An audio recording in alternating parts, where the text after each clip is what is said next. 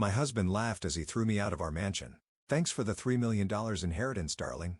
I needed it to build my startup. Now get out, my new girlfriend needs space. I smiled and left quietly. He had no idea that before he emptied my account, I had already. The outcome was, after 8 years of marriage, you're just throwing me out. He smirked, taking another sip. Come on, Emma. Let's not make this dramatic. We both know this marriage has served its purpose. Your inheritance helped build ClearTech into what it is today. Now that we're going public, I need someone more suitable by my side, someone who understands the tech world. My name is Emma Chen, and at 34, I was watching my life crumble around me. 8 years ago, I'd married James believing in love and forever. He was brilliant, but struggling. Working on a startup, he swore, would change the world. When my parents died in a car accident 2 years into our marriage, leaving me their life savings and family business shares worth $3 million, I didn't hesitate to invest it all in his dream. You mean someone like Melissa? I asked, thinking of his 25-year-old head of marketing who'd been spending more and more time at our house lately. The way she looked at him during dinner parties, how they always seemed to be having late meetings. James's smile widened. Melissa understands vision. She gets what it takes to build something revolutionary. He gestured dismissively with his glass. You were great for the early days, the supportive wife, the generous investor, but ClearTech is worth $100 million now. We're playing in the big leagues. I looked around our mansion, the sweeping staircase, the chandelier that cost more than most cars, the art I carefully selected to make this place feel like home. All of it built with my family's money, my trust, my love. The board meets tomorrow to finalize the IPO. James continued, checking his Rolex, another gift bought with my inheritance. Melissa and I need to prep. So if we could wrap this up. I walked to the suitcases, my heels clicking against the marble floor. Each step felt heavy with 6 years of memories. The dinner parties I'd hosted to help him network, the nights I'd stayed up listening to his ideas, the vacations we'd cancel because he needed to work. I believed in him completely, have been so proud to help build his dream. You know what's funny? I said, turning to face him. You think you've won, but you've played this perfectly. He raised an eyebrow, amused. Haven't I? ClearTech is about to go public. I'm about to become one of the youngest tech billionaires in the country. And you? He shrugged. You'll get whatever the prenup stipulates, which, if I remember correctly, isn't much. I smiled, thinking of everything he didn't know. The quiet moves I've made over the past year as I watched him grow more distant, more arrogant. The careful planning that would turn his smug grin into shock. Good luck with the IPO, James, I said, grabbing my suitcases.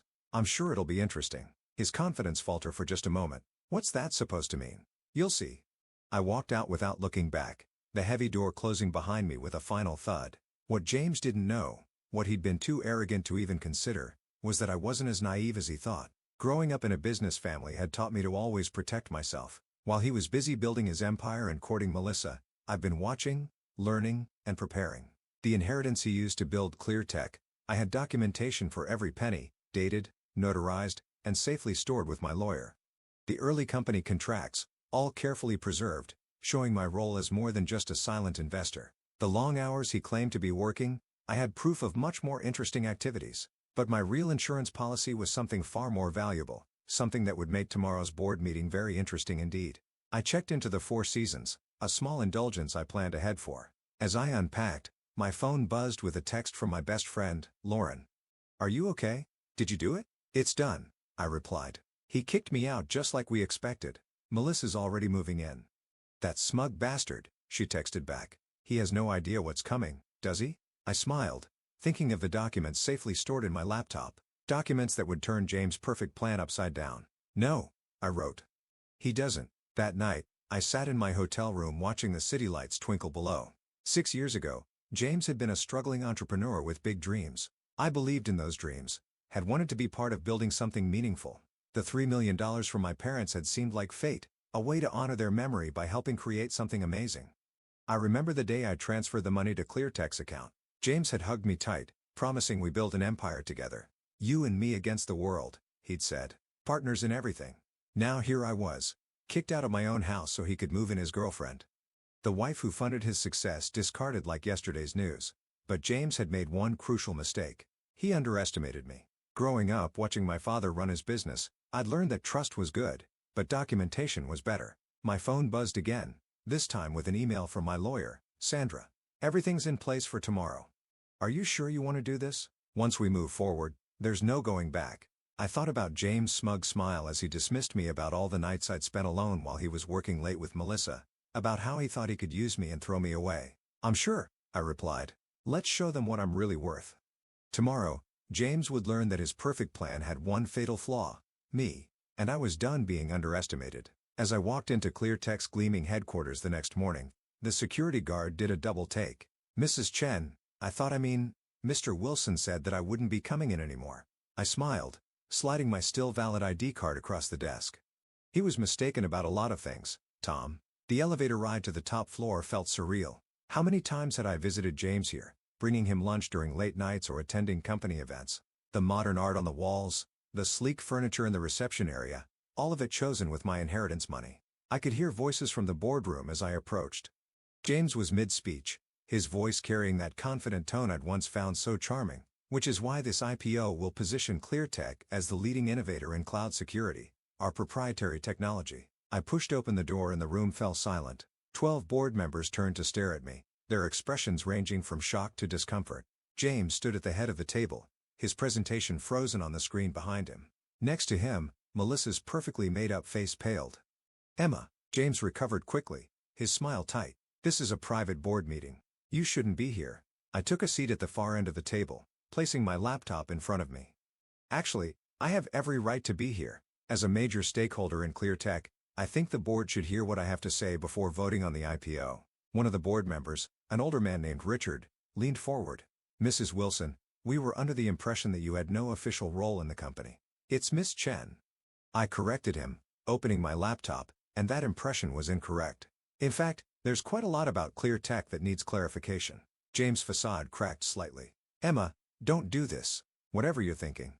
I connected my laptop to the presentation screen, and the room gasped. There on display was the original investment agreement. $3 million transferred from my personal account to start ClearTech with clear terms about my role as a founding investor. "As you can see," I said calmly, "my investment wasn't just a wife supporting her husband. It was a formal business arrangement with specific conditions about my involvement in major company decisions, like, say, an IPO." The board members shifted uncomfortably, several of them shooting questioning looks at James. He had always portrayed ClearTech as his sole creation, conveniently leaving out the fact that his wife's inheritance had made it all possible. "That was years ago," James said dismissively. "The company has grown far beyond that initial investment." "True."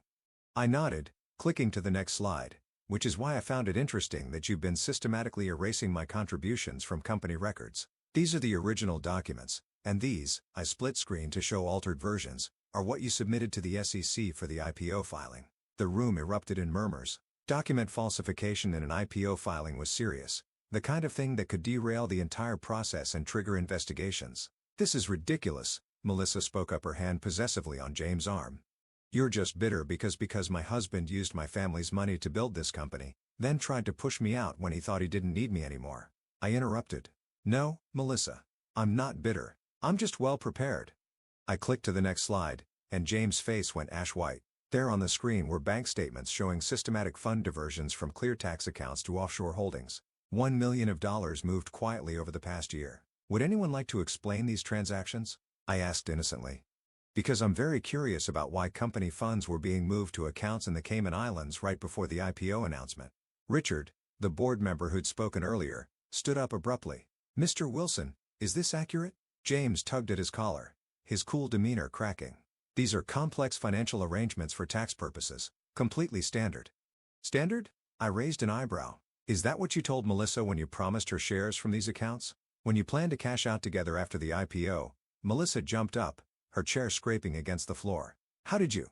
"No." I finished for her. "Let's just say you should be more careful about what you discuss over company email, especially when the company's security system was partly funded by the person you're planning to betray." The boardroom erupted into chaos. Several members were on their phones, presumably calling their lawyers.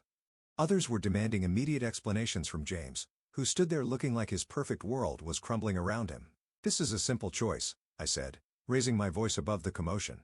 "Either we postpone the IPO and restructure the company leadership to reflect its true ownership, or I take this evidence to the SEC. Your call." James stormed around the table toward me, his face contorted with rage. "You manipulative bitch," he hissed under his breath. "You're trying to destroy everything I built."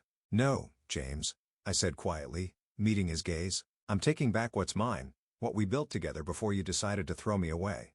The board quickly called for an emergency recess. As people filed out of the room, many of them already on their phones with crisis managers and lawyers, I packed up my laptop calmly.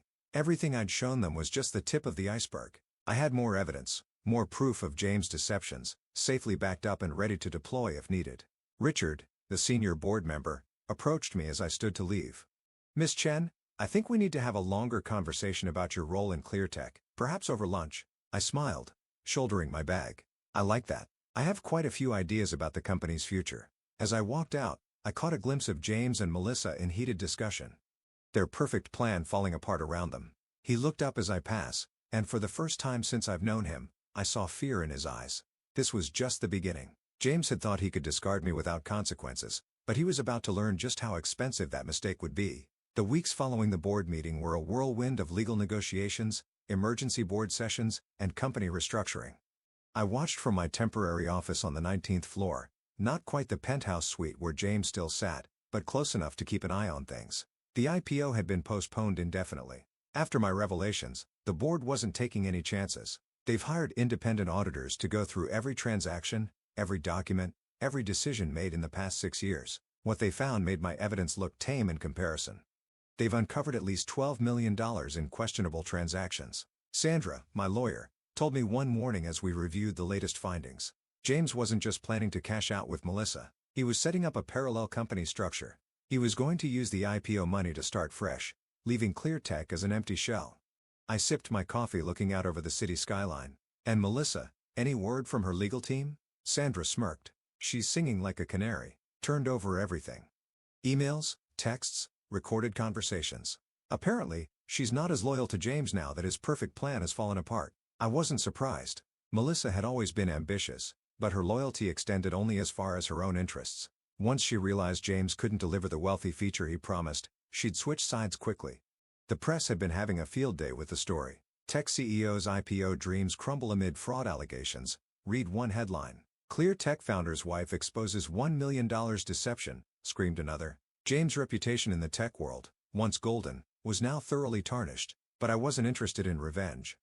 I wanted justice. The board had been surprisingly receptive to my proposals for restructuring the company. With James' credibility destroyed and the threat of SEC investigations looming, they were eager to find a stable path forward. "The board meeting's in an hour," Sandra reminded me, gathering her papers. "Are you ready?" I nodded, straightening my blazer. More than ready. The boardroom looked different now. The same sleek table, the same floor-to-ceiling windows, but the energy had changed. James sat at the far end, his usual confidence replaced by barely contained anger. His lawyer whispered something in his ear as I took my seat. Richard called the meeting to order. "As you all know, we're here to finalize the leadership restructuring of ClearTech. Following the independent audit and extensive legal review, the board has prepared a resolution." I kept my expression neutral as he read through the terms. James would step down as CEO, though he retained a minority stake in the company. The offshore accounts would be frozen and investigated. And most importantly, I would be installed as executive chairperson with final say over all major company decisions. "This is insane," James burst out, standing up. "You're giving her control of my company?" "Our company," I corrected him quietly, "built with my family's money, my support, and my trust. Money you tried to steal, support you abused, and trust you betrayed." The board members shifted uncomfortably, but no one spoke up to defend James. They'd all seen the evidence, all realized how close they'd come to being implicated in his schemes. "The resolution is fair," Richard said firmly. "Ms. Chen's investment and early involvement were instrumental in building ClearTech. Her recent actions protected not just her interests, but those of every shareholder and employee." The vote was quick and decisive. 10 in favor, 2 abstaining, none opposed. Just like that, control of ClearTech passed to me. As people filed out of the room, James approached me, his face dark with fury. "Congratulations," he spat. "You've destroyed everything I worked for." I stood up slowly, gathering my things. "No, James. I saved what we built together. You're the one who tried to destroy it with greed and lies. You think you can run this company?" He sneered. "You don't know the first thing about tech." "I know about loyalty," I replied. "About building trust and keeping it. The technology might be complex, but the principles of good business are simple. Something my father taught me long ago." I walked to the door, then turned back for one last look at the man I'd once loved so completely.